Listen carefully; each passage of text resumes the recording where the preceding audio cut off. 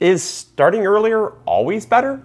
What is going on, everyone? Welcome to another very exciting episode right here on the MIgardener channel. In today's episode, like I said, we're going to talk about the topic of, is starting earlier always better? So I see a lot of gardeners thinking that if they can give themselves a head start, that their garden is going to be that much better because their plants are going to be that much larger or that much more mature.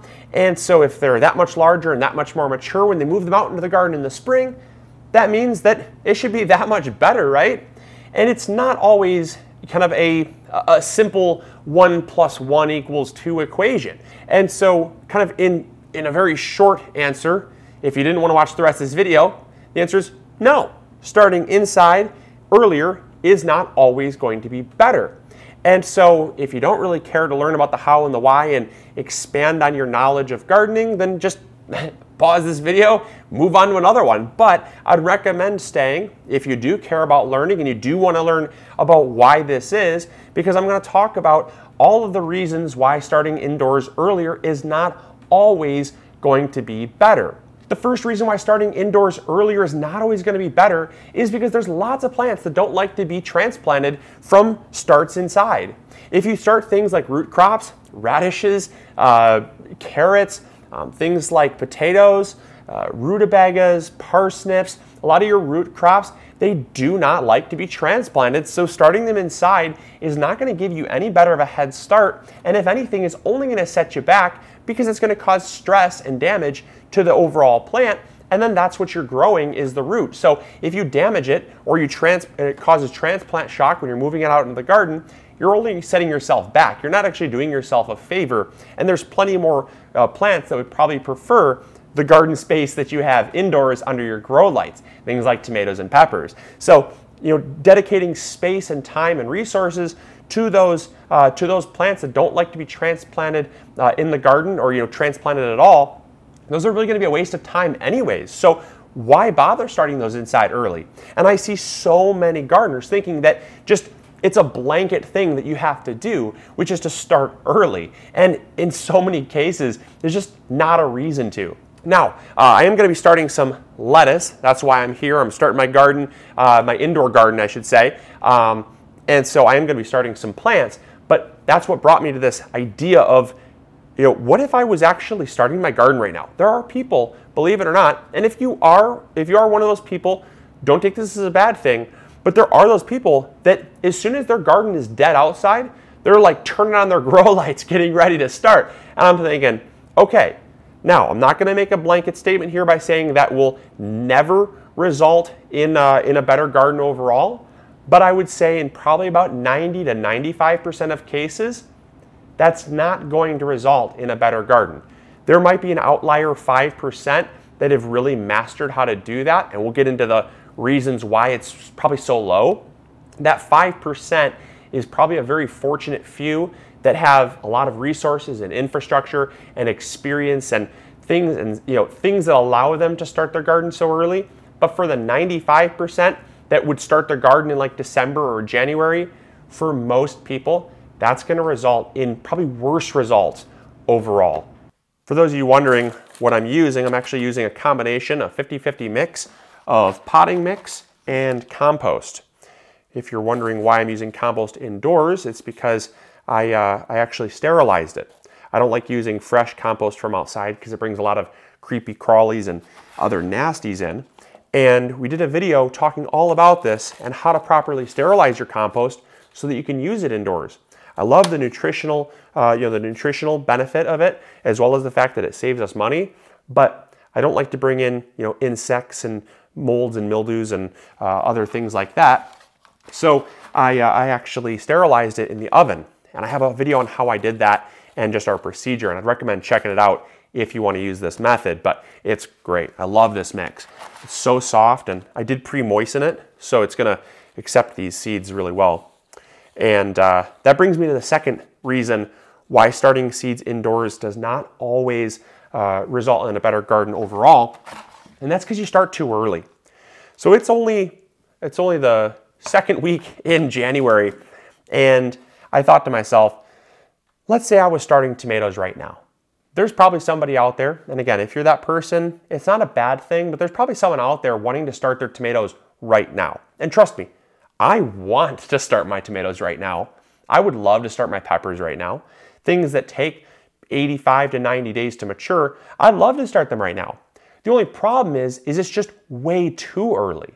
You know, I don't care who you are, if you have the best setup in the world, there's a certain limit to how early you want to start, because if you start too early, you're going to end up with an absolute mess on your hands. First reason why is because, let's face it, these little starter packs here, right? So these little starter packs are 2 inches by 2 inches, so 4 square inches, and then they're only about 3 or so inches deep.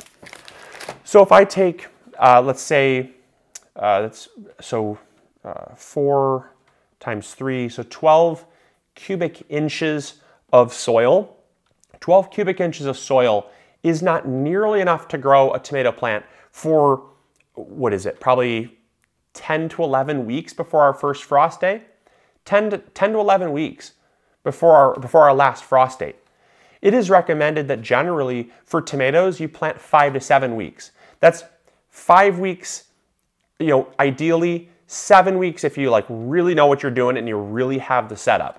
And that's going to give you a good head start. But 10 to 11 weeks makes a huge difference. The difference of 4 weeks makes a massive difference with how big a tomato plant can get. And so once you're at, you know, probably 10 to 11 weeks, you're at 70 to almost 80 days. Well, a tomato plant matures in 85 to 90 days, and some mature in even less. That means that in that amount of time, you're going to have a fully mature, fully fruiting tomato plant that if you put it out in your garden in that amount of time, it would be 3 to 5 feet tall. So the reason why is you can probably tell starting this early or way too early is not always a good thing, is because the plant is going to be massive. It's going to be way too large. Most people don't have the amount of light necessary, the amount of space necessary. You can bet your bottom they're not going to be able to grow in this for 10 to 12 weeks. And so, 10, 11 weeks or so. And so there's no way they can grow in that, meaning you're going to have to transplant it. You're going to transplant it in a bigger container and a bigger container. And then once it's in there, how do you transplant it outside without bending it, breaking it, causing a lot of stress and damage? And it's just not ideal. I'm just packing down these cells a little bit so they make good contact with the seed. It's something that a lot of people fail to do in seed starting, and it's really important that you give them a little bit of a tap down so that all those air gaps get compressed. That way when you water, it doesn't just deflate the soil and displace your seeds and move them all around. So give them a little bit of a press down and we're ready to plant. So the third reason why starting seeds indoors earlier is not always going to be better is because of a reason I kind of touched on in reason number 2, and that's that sometimes you just don't have the right setups. You don't have enough light or enough space, or your containers are just too small. And this is I'd say probably one of the biggest reasons why starting seeds earlier is not always going to be better. And that's because, like I said, if you don't have enough light, those plants as they grow are going to require more and more light. Think about it. If you've got a grow light, I've got a tiny little seed starting one. If you've got this tiny little seed starting light, sure, for this setup right here, for a normal seed starting setup for a beginning gardener, this is phenomenal. This is a little Fairy Morse compact fluorescent seed starting lamp here. They make LED versions as well. This is a phenomenal setup, right? But this is only going to get you so far, because this grow light only has about 3 to, oh no, not 3 inches, maybe 6 to 8 inches or so above the soil surface here. So as soon as the plants get taller than that, well, you gotta get something to raise it up, right? You gotta give more light. But the further your light gets, the further it gets from those lower leaves, and those lower leaves need energy just like the top leaves do, and so you need a stronger light. This light's gonna give you good quality seedlings, but I would say only for about 3 to 5 weeks worth of growth, depending on what you're growing. So for a small little light like that, you can't grow for 5 to 7 weeks or so. You can't grow for 8 or 9 or even 10 weeks because it's just not the right type of light. It's not enough light to really give enough light to allow all those plants to grow. Also, as those plants begin to grow, they're going to start to expand. And so if I have, this is, let's see, 6, 12, 18, 46, I think? No, 36. So if I have 36 cells here, and they all have plants in them, and they're all 5 to 7 weeks old, well, the problem is, like, even with our lettuce here, you know, as I'm planting our lettuce out, our lettuce, it's going to start in 6 to 8 weeks. It's going to be ready to harvest. And so if you have a head of lettuce, imagine a head of lettuce. I'm going to use these seed starting trays to get them started, but after 3 to 5 weeks or so, I'm going to want to move them into smaller or bigger pots to give them a little more space, because these are just too small and they're going to be way too crowded in here. So if you don't have more light, sufficient lighting to cover all that space, or the ability to spread your plants out and give them space, starting seeds indoors super early is not going to be a benefit to you whatsoever. It's going to end up in just crowded plants, and crowded plants usually are not healthy plants. The fourth reason why starting seeds indoors earlier is not always going to be better is just because of lifestyle. I don't think there's no shame in saying that your lifestyle does not allow you to start seeds indoors. There's nothing wrong with it at all. If you don't have the ability to be around your plants and keep them watered and nurture them and take care of them, starting seeds indoors might just not be your thing. You know, if you're, we actually have a viewer of the show that is a Southwest Airlines flight attendant, and she was asking me, how she should go about starting her seeds early. And I said, honestly, ma'am, I really don't think it would be something I would recommend, because if you're flying all the time and you're traveling for weeks on end, there's really not a good way for you to come back to your seedlings and have a good result. Unless, of course, you've got somebody at home that can water them for you or something like that, like a house nanny or a plant nanny. It's not something I'd recommend.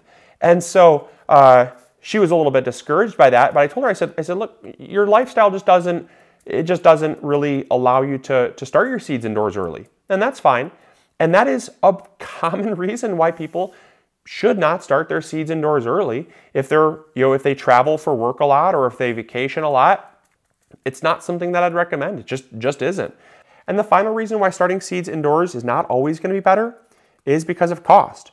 So I've talked about this, I think, quite a lot. And again, there's no shame in saying that you cannot afford to start seeds indoors. It is absolutely a luxury. And I'm humbled by that luxury.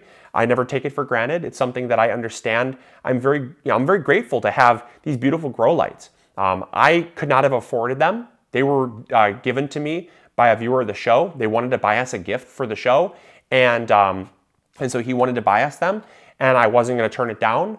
But those grow lights, they cost about $700. So I don't really have $700 lying around for these incredibly beautiful giant grow lights. It's not something that I really have in the budget.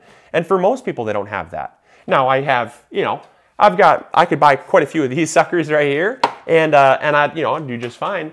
Those are like $25, $30. But that being said, I'm not going to spend $700 on a grow light, and most people can't really justify that either, just to give themselves a few weeks of a head start. So for a lot of people, starting seeds right outside, even tomatoes, I've said this, you can start your tomato seeds outside.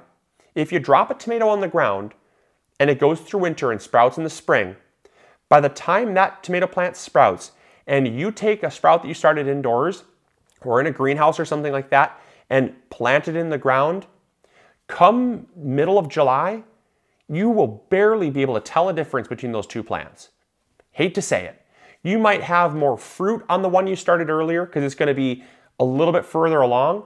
But in terms of overall height and health and development, you're barely going to be able to tell a difference. Those are the reasons why starting indoors earlier is not always going to be better. I hope you guys enjoyed. I hope you learned something new.